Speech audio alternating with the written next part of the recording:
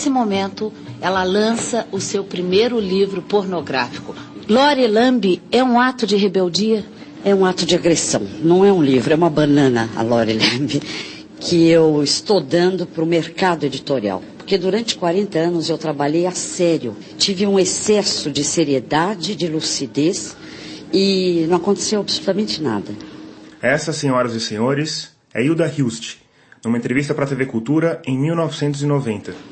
Esse país não gosta de seriedade, Hilda? Não gosta. Você não pode pensar em português. É bom pensar em inglês, em alemão, as pessoas aceitam.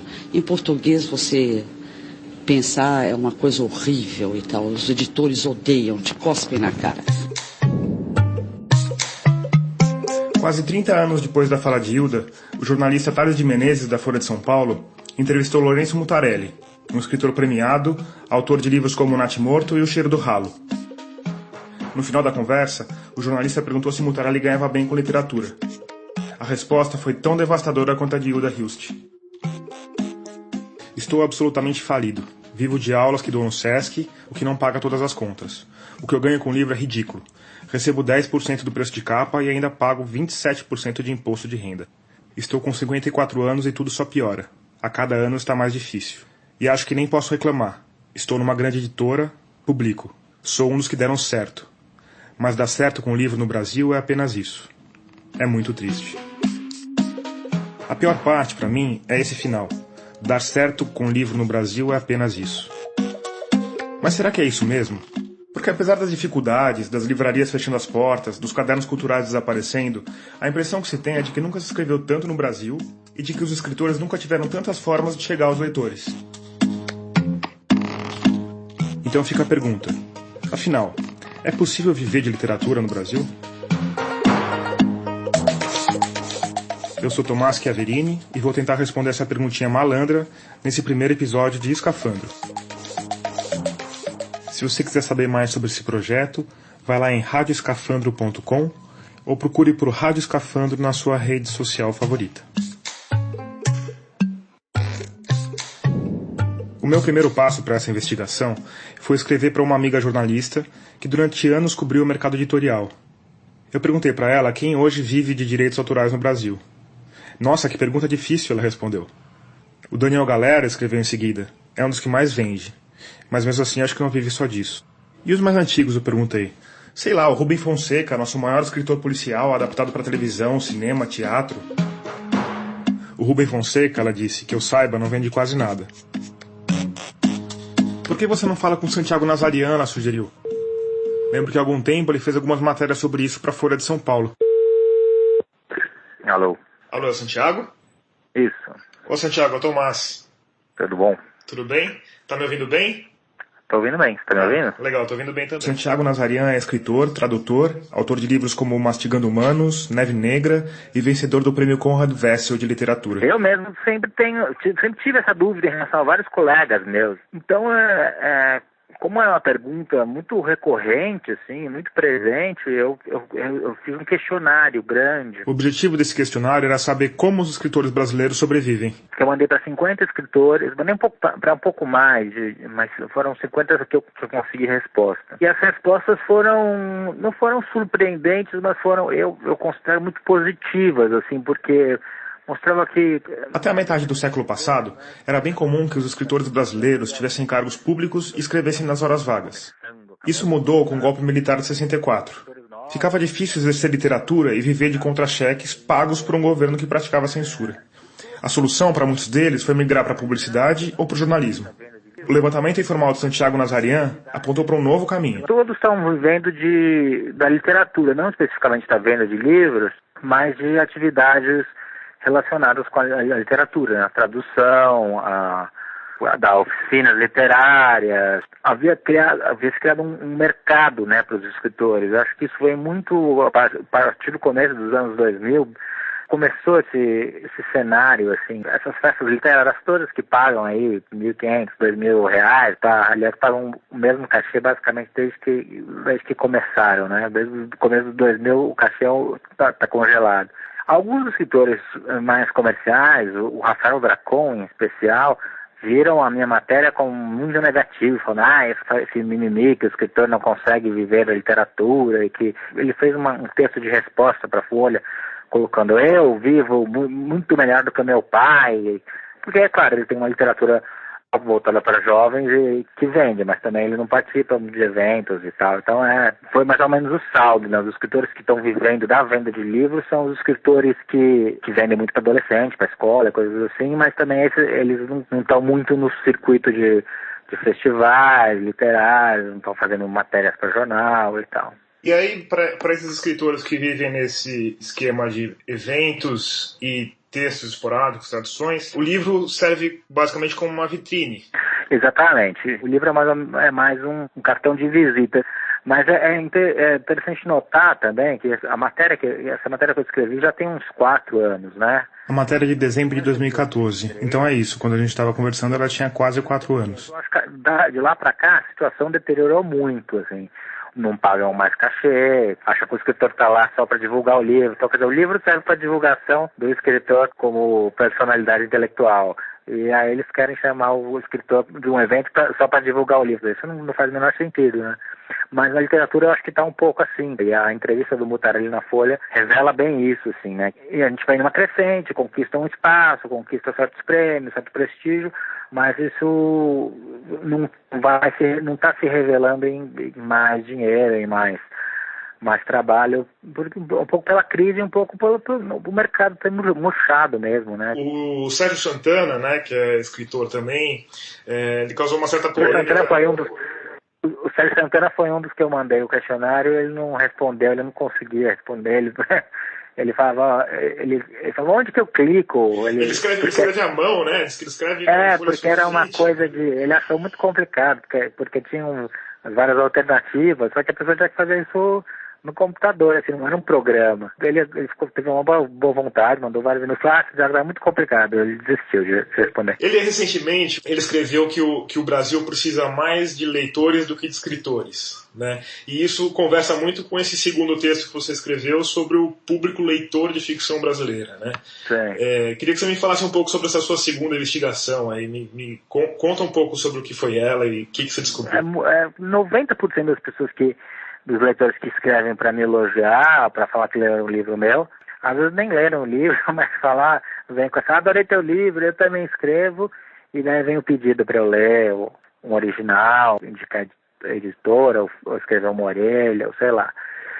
Eu acho, de certa forma, natural, né? Assim, quem gosta muito de ler, quer escrever.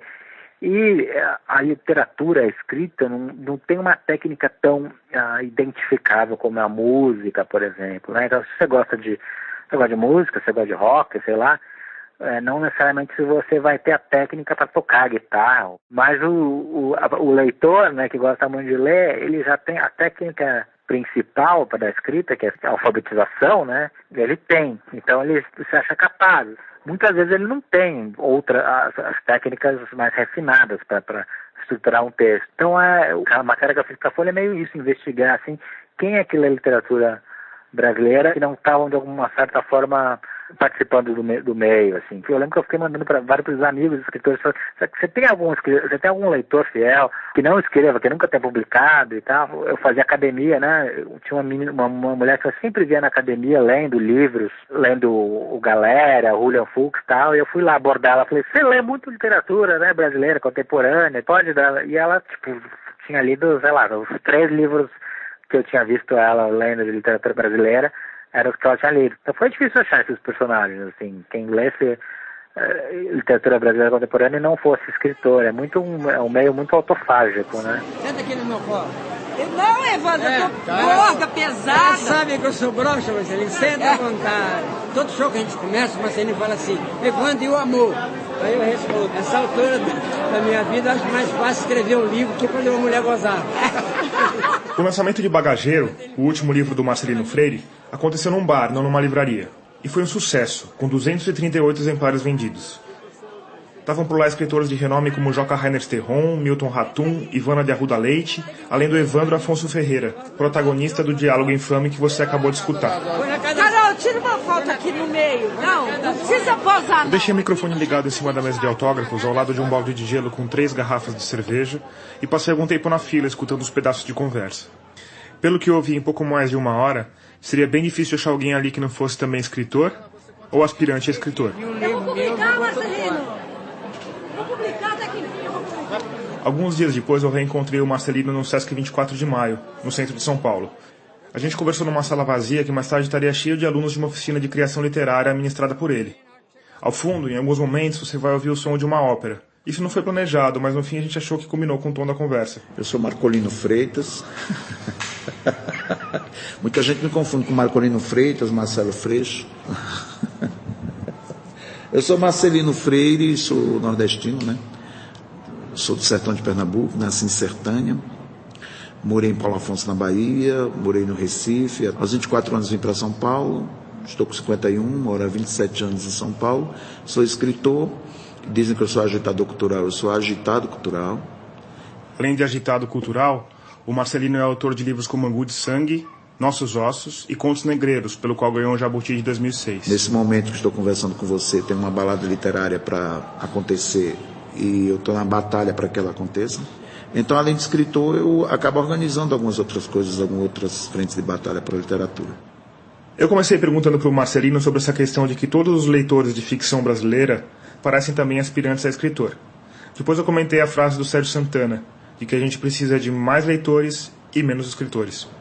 Pode observar, Sérgio Santana tem 70 e poucos anos, 76 anos, né? Uma vida toda dedicada à literatura, e ele vê escritor aparecendo de tudo que é árvore, né? Você balança uma árvore em Salvador, caem 10, 20 poetas lá de cima. E que bom que todo mundo esteja escrevendo, é mesmo a internet, né?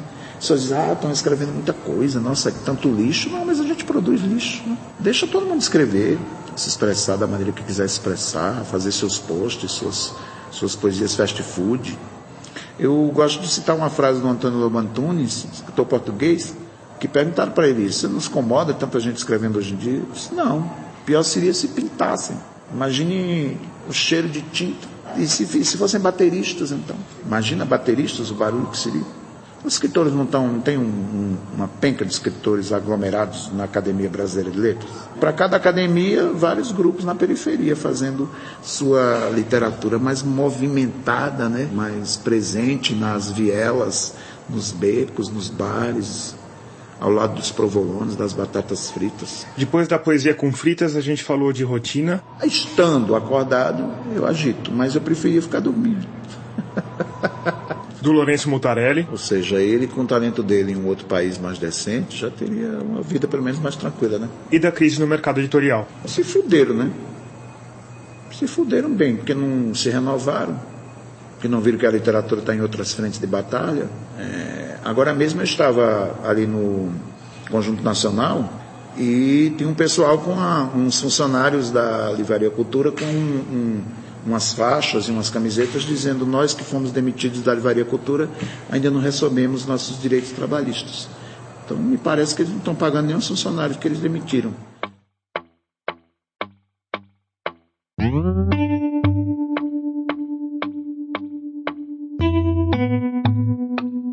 No final de outubro, com uma dívida de 285 milhões de reais, a Livraria Cultura entrou com um pedido de recuperação judicial.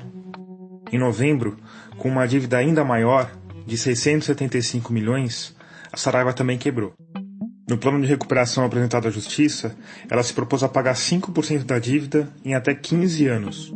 O restante seria transformado em títulos pagos num prazo ainda maior. Isso tem causado um efeito dominó no mercado editorial, principalmente porque boa parte desse valor é devido para as editoras. No fim, funciona mais ou menos assim. As editoras descobrem os autores, arcam com custos de preparação, revisão, projeto gráfico, papel, impressão e distribuição. As livrarias basicamente cuidam da venda e teriam de repassar, em média, metade de cada exemplar para as editoras. E é isso que não tem acontecido. As grandes redes vendem, embolsam o dinheiro e não pagam as editoras, que acabam num beco sem saída. Se cobram as dívidas na justiça, ficam sem uma das principais formas de escoar sua produção. Se não cobram, ficam sem dinheiro para investir em novos lançamentos. Para piorar, Na esteira da crise econômica, as feiras, festas e afins também estão perdendo vigor.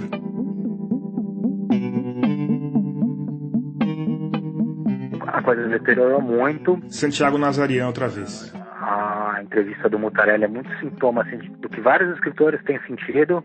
E também eu acho que a literatura, começo dos anos 2000, ela virou a bola da vez, muito pela história do blog, né? Porque a internet era toda escrita. Os primeiros popstars, digamos assim, que nem hoje a gente tem os youtubers, a gente tinha os blogueiros, né? Tinha toda essa coisa do escritor jovem que fazia pela internet e tal, e que era o acontecimento do momento, porque a internet não tinha vídeo, não tinha áudio e tal. E isso foi murchando, acho, primeiro que passou a bola da vez os escritores, né? Porque hoje em dia tem os youtubers e tal, ninguém lê mais blog e tal. E também muito pela falência da cultura como um todo e pela crise econômica, que obviamente cai muito mais pesado na cultura. Mas aí eu vou lá na periferia de São Paulo, Marcelino Freire. Eu encontro autores que estão fazendo seus próprios livros, vendendo 500 exemplares, 1.000 exemplares, 1.500 exemplares, colocando o livro debaixo do braço e circulando com eles por aí. Você tem um apelido para isso, né? É que eu digo que o maior distribuidor de livro no país é o Sovaco, né? Você não precisa pagar nada, você pega o seu próprio livro da gráfica, vende, transforma esse dinheiro em capital para gerar novas impressões do livro, né? Então acho que a livraria ficou muito donas de si, as editoras muito de cabeça levantada, sem olhar para os autores, né? Sem renovar o catálogo, sem apostar em nada. Uma vez, porque eu tenho um cero pequeno, né, Edith. Aí uma vez um autor que eu publiquei lá pela Edith me ligou reclamando que o livro dele não estava nas livrarias. Falei, cara, daqui a pouco nem as livrarias estarão lá. Agora, as qualidades que alguém tem que ter para escrever um livro e para fazer uma feira, uma palestra ou um evento são diferentes, não são? A gente escrevia porque a gente era calado, né? Agora a gente, para continuar escrevendo, tem que falar bastante. Mas, assim, tem os perfis dos escritores. Não há dúvida que o trabalho do escritor é um trabalho solitário, né? É um trabalho ele com os personagens dele, com as soluções que ele vai encontrar, as decisões que ele vai tomar para aquelas histórias, para aquelas narrativas. Mas hoje existe um autor, né, que circula com o seu próprio livro, as festas e feiras literárias, que acabam aparecendo e que não deixa de ser uma renda boa para os escritores. Nem todos têm a mesma habilidade, mas eu sempre digo que é cada macaco no seu parágrafo.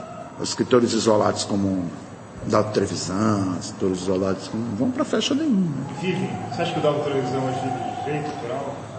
O Dalto Trevisan ele tem uma história grande como autor, não é? Como um clássico da literatura, mas não acredito que ele viva de literatura. Luiz Fernando Veríssimo, né? Que diz que até hoje o Luiz Fernando Veríssimo tem a sua coluna em jornais, né? Eu acho que acabou um pouquinho esse romantismo do escritor fica lá tossindo e morrendo de tuberculose, né? Você acha que com todas as dificuldades é possível ser escritor no Brasil? Eu vivo franciscanamente, ciscando para lá e para cá, assim. Tem mais de 10 anos que eu vivo direto e indiretamente de literatura. Agora mesmo estou conversando contigo e tem alguém cantando uma ópera ali, deve estar cantando para sobreviver, uma ópera italiana. Olha aí, até perdi o que eu ia falar. Você está falando que você veio ciscando e franciscanamente ciscando.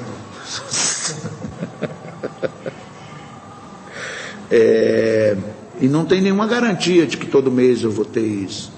Não há garantia absolutamente nenhuma. Eu sou um best-seller, sou alguém que vende livro para viver só de direitos autorais? Não, eu não tenho nenhum sucesso editorial, financeiro. Como eu disse lá no começo, o trecho da entrevista do Lourenço Mutarelli que mais me marcou é aquele em que ele diz que não pode nem reclamar. Afinal, é um autor bem-sucedido. Essa mistura de sucesso e fracasso me causa um certo fascínio. É difícil imaginar um paralelo em profissões que não estejam ligadas ao mundo da arte. Imagina, sei lá, um programador que vendeu um software para o Google. Você nunca vai ver esse cara falando, por um lado eu sou um sucesso, consegui vender meu programa para os caras mais poderosos da minha área. Por outro lado, não sei como vou pagar as contas do mês que vem. Na literatura brasileira isso não só é comum, como é uma constante. E mesmo assim as pessoas continuam escrevendo, continuam calejando os nós dos dedos de tanto bater em porta fechada, gastando sola de sapato com seus exemplares embaixo do braço, mendigando espaço nos cadernos culturais, sonhando com um cachezinho de alguma festa literária do interior. Como lidar com isso? Com a ausência de interesse do lado de lá, com a indiferença pura, simples e silenciosa. É natural essa mágoa do escritor, que trabalha meses, anos fazendo um livro, e a resposta é tão pequena, né, num país de não leitores. Eu escrevi tanta coisa que eu falei, puta, isso aqui pode dar problema, isso pode... Tipo o Queer Museum, sabe? Você deve se lembrar do caso do Queer Museum, em que uma criança encostou num homem nu durante uma instalação e o pessoal da MBL fez um escarcéu sem tamanho. Os artistas plásticos, assim como os escritores, estão acostumados que eles podem fazer o que eles quiserem, que vai chegar no público muito seleto e tal, não vai dar uma repercussão que se espera ou que poderia dar. E de vez em quando fura a bolha, como no caso do Queer Museum, e chega um monte de gente. Talvez seja o caso de mandar o livro pro pessoal do MBL. Eu já falei isso na época do... Tantas questões que eu falei, puta, isso aqui pode dar problema, isso aqui é pesado, essa frase pode ser mal interpretada e tal. Mas é que fica na bolha, né? Não chega. Então eu acho natural, assim, essa frustração do escritor fiz esse livro e o resultado sempre para mim sempre é menor do que eu espero, do que eu gostaria. Mas se no primeiro momento isso decepciona e desmotiva, no outro fala, puta, não, vou fazer o próximo será melhor, no próximo a repercussão vai ser maior, seja em público ou seja em prêmios ou em discussão ou em mídia, sei lá. Fiz a mesma pergunta para o Marcelino Freire. Como ele lida com essa mistura de sucesso e fracasso da literatura? E até que ponto se considera ou não bem-sucedido? Vou lhe contar uma história muito louca. Eu sou de uma família de 14 filhos, caçula de 9 que sobreviveram desses 14. A minha mãe saiu de Sertânia, no sertão de Pernambuco, foi morar em Paulo Afonso, na Bahia, depois no Recife. Eu vim para São Paulo zerado de tudo, sem trabalho. Eu morei na periferia de São Paulo. Queria muito escrever, queria muito viver da minha escrita. Passei muito tempo revisando textos de publicidade, rótulos de água mineral. Minha mãe morreu com 87 anos. Morreu num hospital público. Não havia dinheiro para colocá-la num hospital particular, porque mesmo eu trabalhando em outros irmãos, já um irmão meu é empresário em Natal e tudo, mas mesmo assim é muito caro de você manter um plano de saúde para minha mãe já velha, para idoso. E quem cuidou dela no final da vida foi o Ronaldo Corrêa de Brito, escritor, querido parceiro, amigo, que é médico, e o Wilson Freire, que é meu primo e que também é escritor e é médico. Eles cuidaram no final da vida dela. E eu só conheci o Ronaldo Corrêa de Brito e o Wilson porque eu escolhi a literatura. Embora seja o meu primo Wilson Freire, ele é de uma geração antes da minha. Eu só o conheci porque os livros nos aproximaram. A literatura que eu escolhi possibilitou uma boa morte para minha mãe, que foi o que o Ronaldo Corrêa de Brito disse: Marcelino, sua mãe teve uma boa morte. Então isso para mim já é um ganho extraordinário. Se você perguntar de sucesso, eu digo, eu já tenho muitas coisas empatadas aí. Agora isso se traduz num sucesso financeiro, isso se traduz num sucesso de posses, num sucesso de benefícios? Não. Eu sempre estou devendo as baladas literárias, o que eu consigo pagar eu pago, o que eu não consigo pagar eu espalho em suaves e humilhantes prestações. Então eu estou sempre nessa batalha, 0 a 0, 1 a 1, até onde tiver saúde, né? Você acha que em algum momento você vai conseguir se manter numa forma positiva, mais... Acho que não. Com mais tranquilidade? Não, acho que não, porque olha só o Brasil como é que está. Eu achava, as escolhas que eu fiz, isso foram escolhas minhas. E quem é que vai dizer que essas escolhas estão erradas? Não, essa é uma escolha de vida. Então ficaria até o fim da vida lutando com isso aí. Morrendo debaixo de pancada, se for possível. Porque o que tá se avizinhando é isso. Mas eu estou pronto para respeitar a criança que fez essas escolhas e esse adolescente que foi fazendo essas escolhas. Para vir uma onda reacionária dizer que não é isso, e Aí, meu amigo, é o que eu estou dizendo, como que eu vou estar em lucro se o que se avizinha para o Brasil, para os amigos gays, para os amigos negros, para os parceiros literários, para as periferias por onde eu vou, para os agitados culturais iguais a mim, o que é que vai restar? A gente se juntar, todo mundo, e resistir juntos. Eu já estou pensando, de 20 a 25 de novembro, a programação ainda está sendo fechada, mas eu, com certeza, colocarei nessa balada literária, ainda dará tempo de fazer isso, tudo que eles não querem, de venezuelano a travesti. É uma espécie de desobediência cívica.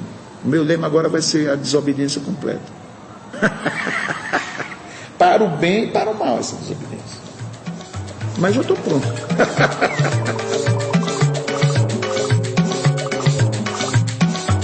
Assim, com a gargalhada maligna do Marcelino Freire, a gente encerra o primeiro bloco de Escafandro.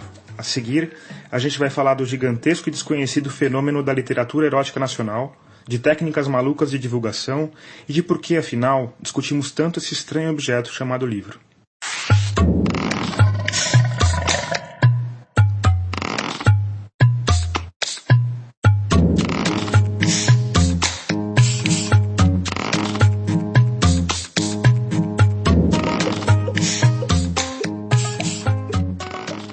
Oi, tudo bem? Tudo bem, e por aí? Tá tranquilo, agora tô ouvindo legal. Uma primeira pergunta antes de a gente começar a conversar. Você prefere que eu te chame de Nana ou de Janaína? Nana. Nana Pavoli é o pseudônimo que a professora de história Janaína Bittencourt escolheu quando resolveu publicar os seus primeiros contos.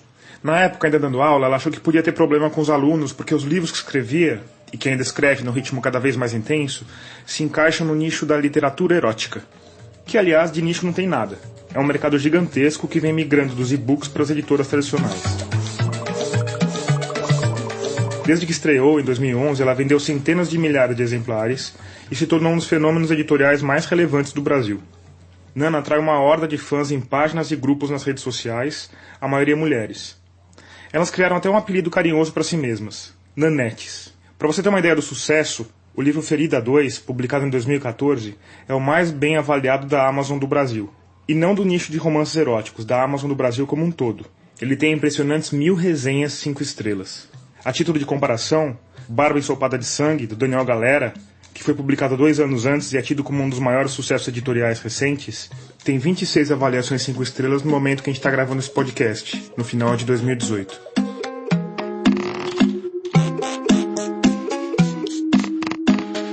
O segundo bloco de Escafandro já começou. Se você está gostando desse episódio, pode ajudar a gente a produzir os próximos.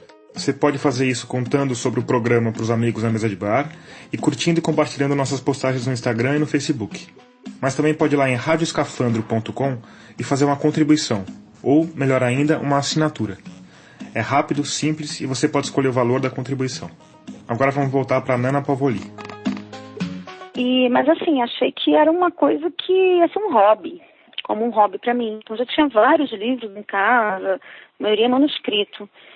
E aí eu resolvi colocar um capítulo de um livro na internet e no dia seguinte fui observar e tinha alguns comentários, pessoas pedindo mais. E aí eu me animei, acabei colocando o livro inteiro nesse site. Quando eu terminei o livro, tinha 2.000, 3.000 leituras por dia. E aí eu vi como é que o negócio cresceu e as pessoas começaram a me procurar, pedir mais. Dali eu me animei, fiz um grupo no Facebook, um grupo fechado. As meninas, as fãs começaram a se chamar Nanetes, elas mesmas falavam, somos Nanetes, se intitulando assim, né, por meu nome, Nana, como fã-clube. Daí pra frente eu comecei a pensar uma maneira de vender. Fiz aquela coisa tradicional de mandar livro para a editora, né, esperar a resposta. E não tive resposta nenhuma. E foi quando eu, nas minhas pesquisas, eu descobri a Amazon. Era bem recente no Brasil. E eu coloquei um livro meu lá, inteiro, para venda. O difícil já foi feito, certo? Não tão depressa. Você sabia o que estava fazendo quando escreveu o livro. Mas publicá-lo, isso não é para você. E nem escrever cartas de apresentação, procurar agentes, etc. Você é um contador de histórias, não um editor. Você sempre sonhou em alcançar seus leitores, além de poder largar o seu emprego. Isso que você está ouvindo é um vídeo da Amazon para divulgação de um sistema chamado Kindle Direct Publishing. É uma animação bem boba de um homem palito sentado em frente a um computador. Você mesmo escreve a descrição do livro, afinal você é o autor. E você escolhe em que categoria seu livro aparecerá, o que ajudará seus leitores a achá-lo mais facilmente. É você quem manda. E é isso mesmo. Pelo sistema da gigante americana, qualquer um pode publicar. Basta carregar o texto no formato correto, em Word mesmo. Se você não tiver uma capa, os caras oferecem uma série de capas pré-prontas para você. Se não tiver uma foto, eles oferecem um banco de imagens gratuito. Depois você escolhe o preço, a categoria em que o livro se enquadra e pronto. Em 1 ou 2 dias, seu livro está disponível para venda no mundo inteiro. Para publicar pela Amazon, você não precisa nem conversar com um ser humano. Isso mesmo! Lembra-se daquele primeiro livro que você escreveu há anos? Aquele que está juntando poeira no seu hard drive? É esse mesmo. Agora, ele terá a chance de ver a luz do dia. E eu coloquei e também não esperava vender muito, porque meus livros estavam disponíveis na internet de graça. Mas eu fiquei surpresa que já no primeiro mês eu tive uma venda muito boa, que no segundo mês eu já ganhava mais do que ganhando dando aula. No segundo mês, com um livro? Com um livro. Qual que era o título desse livro? O livro se chama Redenção de um Cafajeste. É um dos seus mais clássicos, vamos dizer assim, mais vendidos? É um dos meus livros mais vendidos. Ele faz parte de uma trilogia. Ele ficou muito tempo em primeiro lugar, dos mais vendidos. E aí eu me animei e comecei a colocar outros livros que eu já tinha escrito, que eu já tinha colocado no blog. E assim, foi surpreendente mesmo como eu vendi bem. Eu trabalhava na época dando aula, né, em 2 escolas, e era complicado o tempo para trabalhar, para escrever. E isso aí, essa parte de colocar na Amazon e tudo foi em 2013. Eu resolvi nesse ano tirar um ano para mim, só para escrever. Foi um teste, assim, para ver se ia dar certo. E nunca mais voltei. E aí a Amazon tem essa coisa do Kindle Unlimited, né? Tem. Que você vende por... O Kindle Unlimited é uma espécie de Netflix dos livros. O assinante paga uma taxa mensal e pode ler quanto quiser dentro da plataforma. Os autores que aderem ao programa passam a ser remunerados também por página lida e podem acompanhar as leituras praticamente em tempo real. A Dona Maria de Jesus vira uma página digital em Uberlândia e o gráfico de Nana Pavoli sobe um tiquinho no Rio de Janeiro. Hoje em dia, o autor ele ganha muito mais por esse programa do que realmente pela venda. Só no primeiro mês, eu tive 15 milhões de leituras. De páginas lidas ou de... De páginas lidas. 15 milhões de páginas lidas. O que eu achei surpreendente, porque eu não imaginava tanta leitura assim. E você sabe, em um mês teve mais de 500 avaliações positivas no meu livro.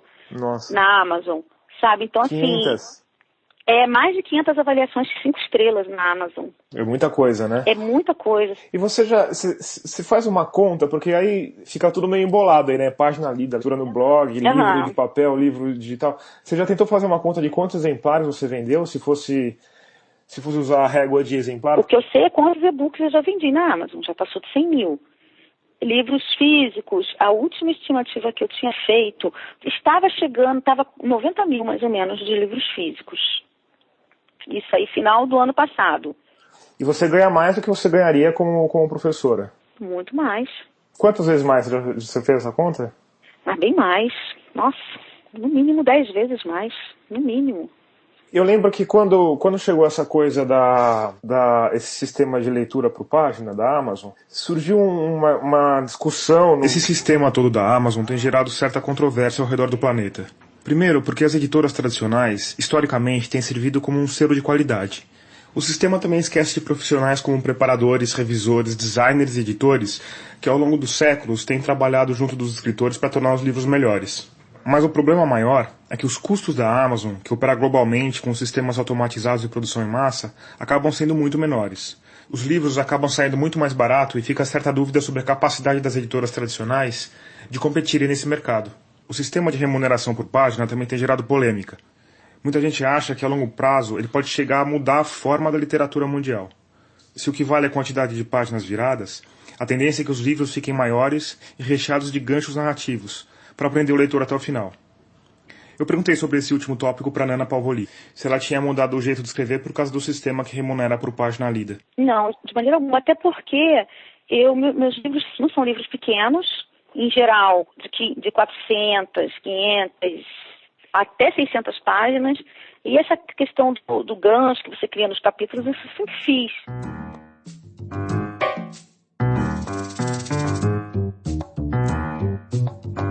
queria que você me falasse um pouco sobre esse público, já que você tem tanto contato com seus leitores, suas leitoras. Você em geral já fala leitoras, né? Porque eu acho que é muito mais mulheres. Quem são essas pessoas? Me fala um pouco sobre elas. O que eu percebo, assim, das meninas é que, se for colocar, a maioria vai ser aí de 30 aos 45, 50 anos.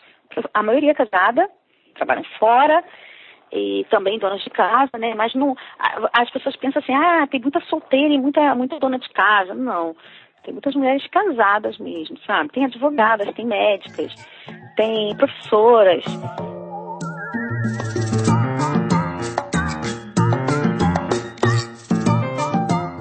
Eu fiz o meu público pela internet. Eu chegava do trabalho, podia chegar cansada, exausta, mas eu tinha aquele tempo de entrar na rede social, de entrar em grupos. Teve um casamento sexta-feira, no feriado que eu fui, de uma nanete minha. Final do ano, as nanetes que são mais próximas, eu faço churrasco na minha casa. Aconteceu já de lançamento, por exemplo, em Goiânia. Cheguei lá, tinha a nanete me esperando no aeroporto e me carregou para casa dela para tomar uma cerveja. Entendeu? Tem essa coisa assim, bem, que acaba virando uma coisa muito íntima. Do leitor e do autor. São meninas que entram em box e contam histórias dela, que desabafam, às vezes determinado tema que eu trato, fala, não, aconteceu comigo, e aí eu faço um pouco papel elas assim, meio que de psicóloga também. Mas teve algum problema que esse ofício te gerou, assim, problemas pessoais por estar lidando com erotismo? Enfim? Sim, já teve homens, por exemplo, que entravam no particular para falar comigo, tentando fazer propostas, sabe, confundindo as coisas. Já tive também a questão com próprias leitoras, foi muito pouco, mas assim, de obsessão, teve 2 casos. Mas conta um pouco, o que elas faziam, essas leitoras?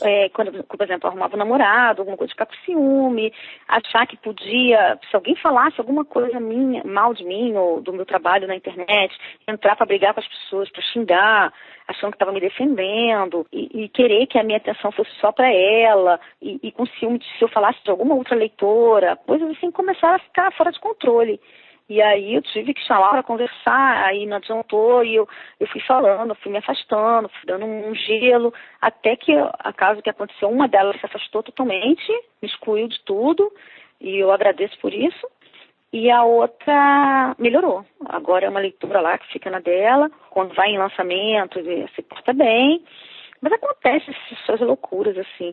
Agora, essa história da leitora que te segue, que sai te defendendo localmente, dá um bom livro isso daí. Dá um enredo bom. É cada coisa que você vê, que você não imagina, sabe? E essa questão da obsessão mesmo, de achar que o autor já aconteceu até. Eu tenho uma amiga que é minha leitora, que ela é psicoterapeuta.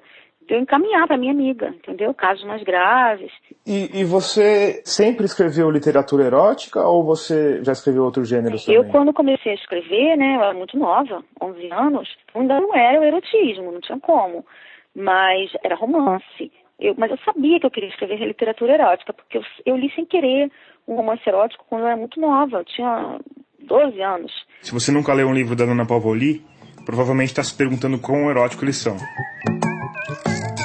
Bom, a maioria deles é bem erótica.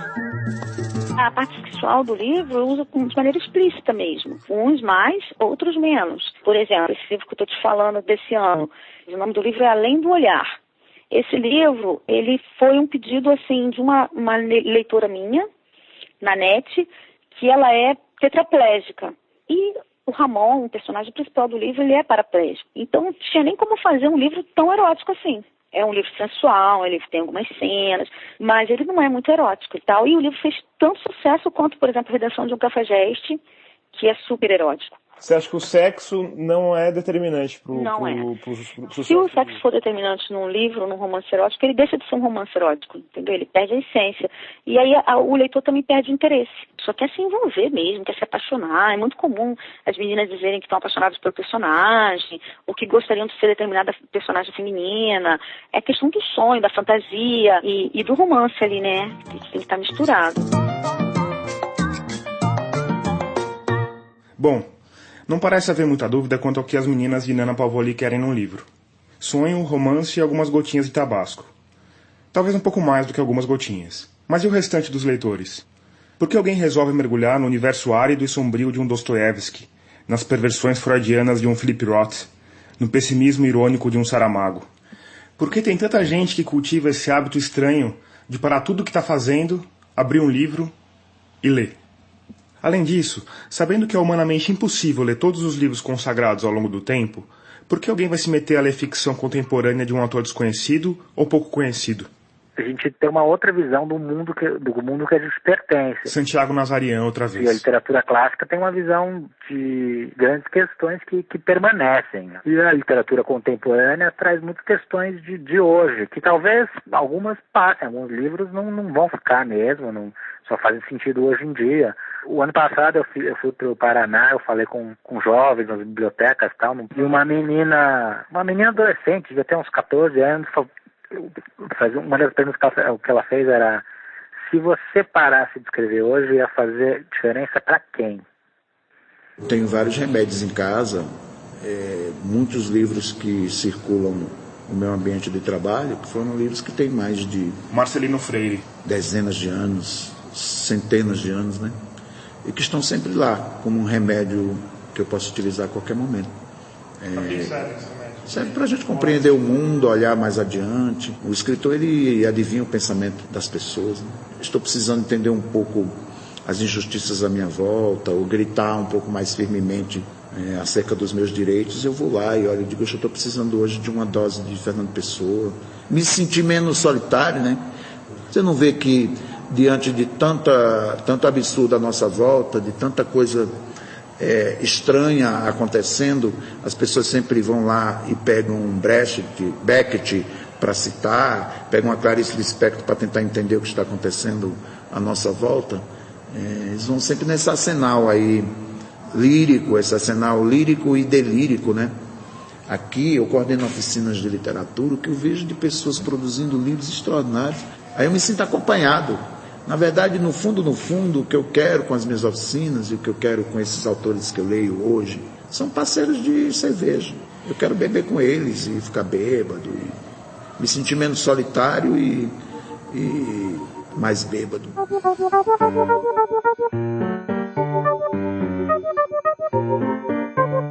As respostas do Marcelino Freire e do Santiago Nazarian são interessantes, fazem sentido e têm alguma poesia. Mas não me deixaram completamente satisfeito. O argumento do Marcelino é pessoal, porque ele precisa dos livros e dos seus colegas escritores. O do Santiago Nazarian é mais amplo, mas tem um problema. Ele fala dos livros como uma forma de compreender o mundo, de levantar questões sobre o nosso tempo. Mas isso não é exclusividade dos livros. Afinal, o cinema e a televisão estão aí, e ninguém pode negar que filmes como, sei lá, Blade Runner, Que Horas Ela Volta ou Onde os Fracos Não Têm Vez, trazem questões relevantes sobre o nosso tempo. E tem as séries também. Mad Men, Breaking Bad, Westworld vão mais a fundo nos seus temas do que muito romance por aí. Diante disso, até que ponto a literatura, em seu formato tradicional, de páginas enfileiradas, continua sendo necessária? A gente vive em sistemas autoritários, centralizados, onde aquela era a ordem das coisas, né? Na escola, na família, na igreja, no governo. Isso foi meio que rompido no século XX, né? Com as guerras, com a psicologia, com o capitalismo, com o feminismo, com a revolução cultural, etc., etc. E partimos para a democracia.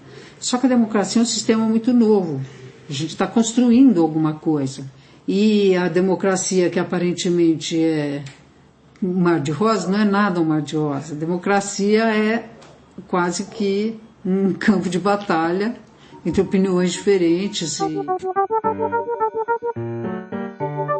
A Eva Furnari é ilustradora e escritora de livros infantis. Eu fui conversar com ela porque queria falar com autores bem-sucedidos que vivessem só de direitos autorais. A Eva se encaixa nessas duas categorias. Há mais de 15 anos ela vive confortavelmente da venda dos seus livros. São quase 70 obras publicadas, muitas delas vertidas para outros idiomas, e se você tem menos de 30 anos, provavelmente lembra com carinho de algum livro ou desenho dela. Quer dizer, o sucesso é tanto que fica até difícil escolher um dado para destacar. Mas a Eva, sem querer, me ajudou com isso. Alguns dias depois da nossa conversa, eu escrevi uma mensagem de WhatsApp perguntando afinal quantos prêmios Jabuti ela tinha recebido. Fui lá contar. São 8, ela respondeu. Isso que é sucesso, eu escrevi de volta. Perder a conta dos jabutis. Brincadeira, haha, ela respondeu. Na manhã seguinte, a Eva me enviou outra mensagem. Confissão. Fiquei sem graça de perder a conta dos jabutis e fingi que era brincadeira. Alguns dias antes, durante nossa entrevista no apartamento dela na Vila Romana, em São Paulo, a gente tinha falado bastante sobre os caminhos do sucesso. O caso dela não é muito diferente do que se costuma ouvir por aí. Uma mistura meio inexplicável de talento, dedicação obsessiva, amor pelo ofício, sorte e necessidade. Mas no caso da Eva, teve um ingrediente a mais. Professores descabelados tentando achar formas de deixar suas aulas mais interessantes. A disciplina foi muito desvalorizada, a hierarquia foi desvalorizada com esse endeusamento da liberdade e gerou uma situação para os professores muito difícil. Tenho que atender ao desejo de liberdade das crianças ou eu tenho que falar para a sala? Não, agora vamos ficar quietos e vamos escutar, né? E a história tem essa característica, né? De prender, de interessar, de seduzir, de encantar. Uma boa história, né? Não todas. A questão da televisão, do celular, do tablet, como é que você vê o livro inserido nisso daí? É muito mais natural você assistir um filme do que ler um livro. Você bate o olho numa pessoa, você já tem um monte de avaliações, de impressões, de reações, sentimentos, etc, etc. Muito diferente de ao ler um texto, quando você precisa decodificar aquilo, levar para o departamento do cérebro, transportar para o outro que eu não sei qual é, e absorver aquele conteúdo, processar tudo aquilo e ter um significado. A visão, junto com o diálogo, com as palavras, é mais parecido com a vida natural. Mas todo mundo parece que tem consciência de que a leitura é muito importante. Talvez até mais importante para as crianças, no desenvolvimento. Por quê? Porque você tem que se desenvolver mentalmente para conseguir ler. Porque ela é complexa, justamente porque ela é complexa, ela exige um desenvolvimento para você decodificá-la. Exatamente. Até um livro sem texto, porque o livro sem texto você precisa entender que você tem uma sequência de imagens, que você lê da esquerda para a direita, de cima para baixo. Mas tem outra coisa que, assim, apesar de ser mais natural, né, esse mundo, internet, televisão, game, ele também tem um lado que não é legal. Assim como o livro tem um ritmo humano, você vai lá, você lê, é que nem um caminhar, que nem um andar de bicicleta, você tem um tempo pessoal que você imprime na leitura.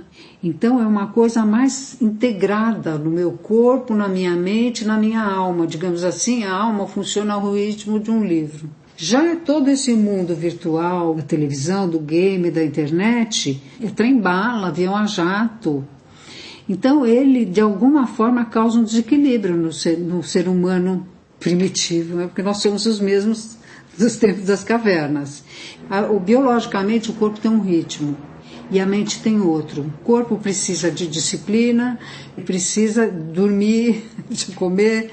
A mente não, a mente é um come-come. Então a gente está numa época de querer só a expansão. Então a gente não quer dormir, a gente não quer descansar, a gente não quer morrer. E eu acho que o livro, apesar de toda a dificuldade, ele traz de novo essa dimensão humana e ele traz de volta, digamos assim, uma pessoa para o seu equilíbrio. Você tem alguma dica para alguém que tenha o disparate de querer ser escritor hoje? Você acha possível hoje em dia ainda nesse nicho infanto-juvenil? Eu acho possível, sim. É uma equação que a gente não sabe direito como é que funciona, né? Mas eu cada vez... A equação do sucesso. A equação do sucesso. Esse é o mistério. Que livro que vende, que livro que não vende. É disso que você está falando? Eu acho que é assim. Eu acho que você pode até vir com uma fórmula pronta, vender uma coisa meio oportunista, assim, didática, mas seu sucesso não é sólido. Então, eu acho que o ser genuíno é um ingrediente importante para quem está começando. O ter uma certa humildade também. Aprender a olhar, aprender o que os outros fazem. No caso de livros infantis e juvenis, você precisa ter um vínculo com a criança. Eu olho para uma criança, eu sei que eu sou ligada naquele universo. Eu tenho talvez entre aspas, uma infantilidade que eu mantive, que até me causou problemas, né? Na hora de pagar as contas. Mas atualmente eu consigo administrar bem isso. e fazer a coisa bem feita, né? Perfeito a gente não consegue, mas a gente consegue bem feito. Eu sei quem disse em algum livro aí que eu li, falou assim, é melhor um grande contador de história que tem uma coisa menor para contar do que o cara que tem uma história genial, mas não sabe contar. Me lembrou do Velho e o Mar, do Hemingway, né? Exatamente. O cara foi lá pescar o peixe, pegou o peixe, não conseguiu voltar com ele para casa. Exatamente. E o livro é magistral, né? Exatamente. E Eva, você falou muito dessa questão da importância do livro para as crianças, da questão da televisão, do tempo, não sei o quê. E o adulto? As pessoas gostam de histórias. Ela liga o rádio de manhã para ouvir uma história, ela liga a televisão para ouvir uma história, ela quer fazer uma fofoca com o vizinho, quer uma história. As pessoas têm esse desejo, né? É gostoso, você dribla os tédios, dribla as faltas de sentido da vida. Mas eu acho que o pulo do gato é você fazer uma coisa interessante na literatura. Não tem paternalismo, não tem bondade, né? É puro Darwin, é pura sobrevivência, entendeu? Agora, tem pessoas criando coisas interessantes e relevantes, mas que não encontram o seu público leitor. E eu acho que alguns autores, não é para todo mundo, eles conseguem captar alguma coisa que está emergindo no inconsciente coletivo, que é uma necessidade. O Harry Potter, por exemplo, foi para uma geração que não tinha educação religiosa. Nunca ninguém ensinou aquelas crianças a rezar, ou que existe uma sabedoria superior, ou que existe um mistério superior da vida pura materialidade. O Harry Potter oferece essa transcendência, oferece esse mistério. Além de ser magistralmente bem escrito, né? Além de ser magistralmente bem escrito, você lê as 15 primeiras páginas, você fica pronto. Estou capturado para 7 livros gigantes. O outro livro, por exemplo, que é A Culpa é das Estrelas, a história de uma menina que tem câncer, que namora com um cara que tem câncer. Numa época o quê? Que ninguém fala de doença para os jovens, ninguém fala de envelhecimento, ninguém fala de morte. Não existe ritual de morte. Só que é uma coisa arquetípica, humana, que o ser humano tem necessidade. A maior inquietação do ser humano. A maior inquietação, só que ninguém fala disso para os jovens. E acontece que isso vira um best-seller. Por quê? Alguém está falando de doença, Alguém está falando da fragilidade, alguém está falando de como se enfrenta isso. Crepúsculo. O capitalismo é vampirismo dos jovens. Suga o sangue dos jovens. Ele está numa armadilha lá que ele precisa trabalhar, não sei porquê, minha vida está sem sentido, estou deprimido, blá, blá, blá, blá. Foi vampirizado.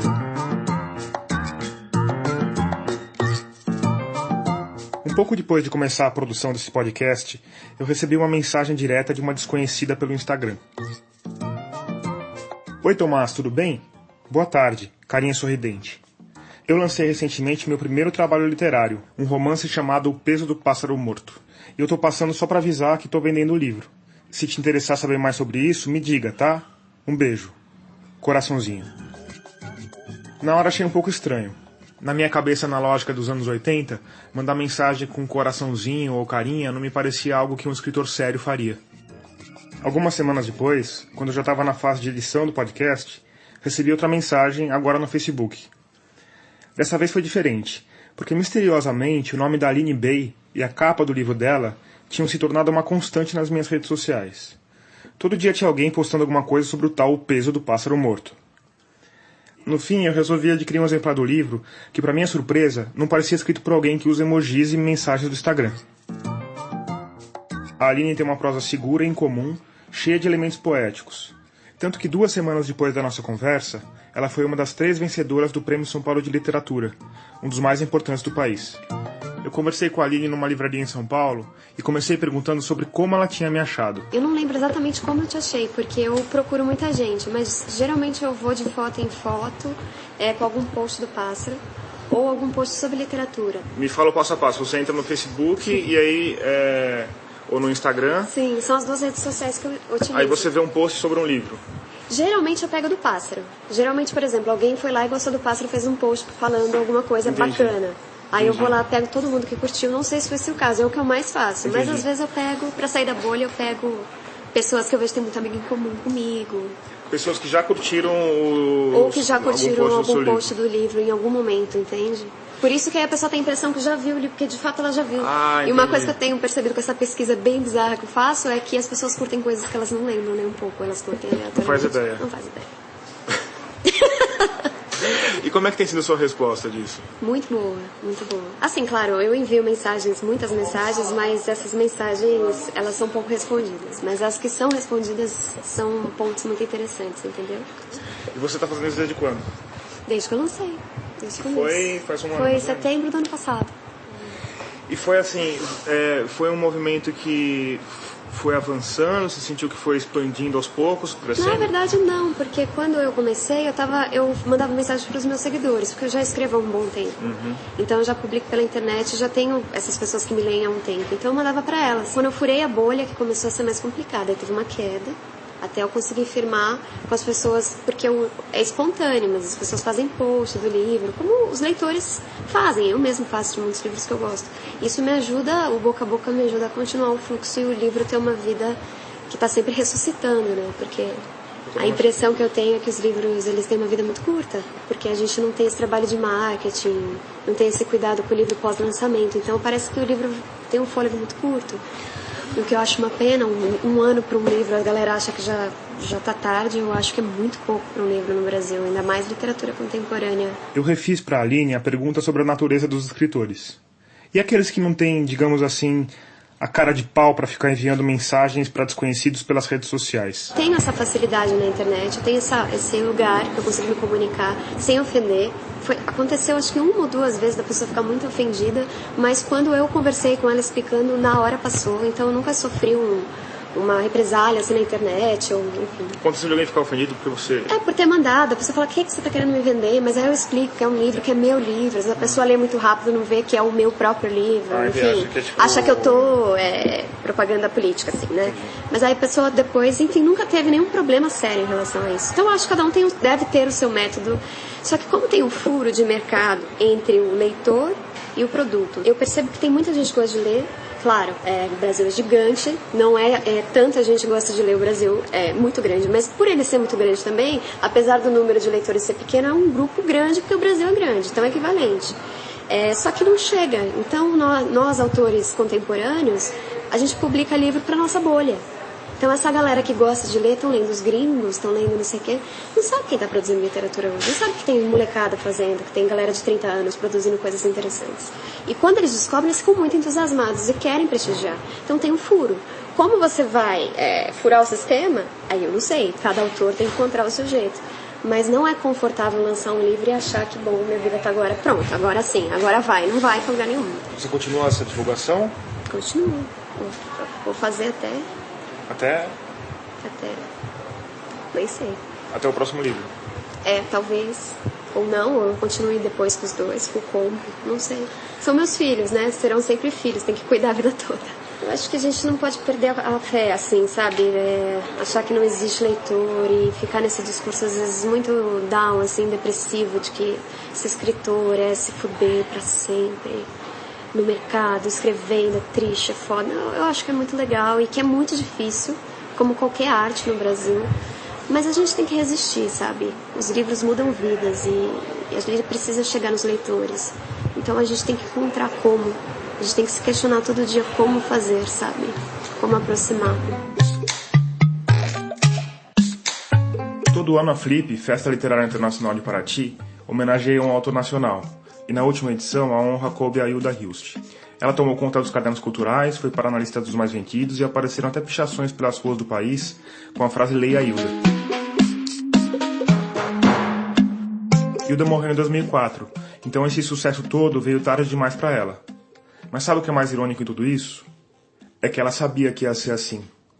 Eles estão mortos, estão famosíssimos e tal. Daqui a uns anos daqui a 50 anos vai ser ótimo. Eu na cova, acho que vai ser lindo, eu famosa, tudo.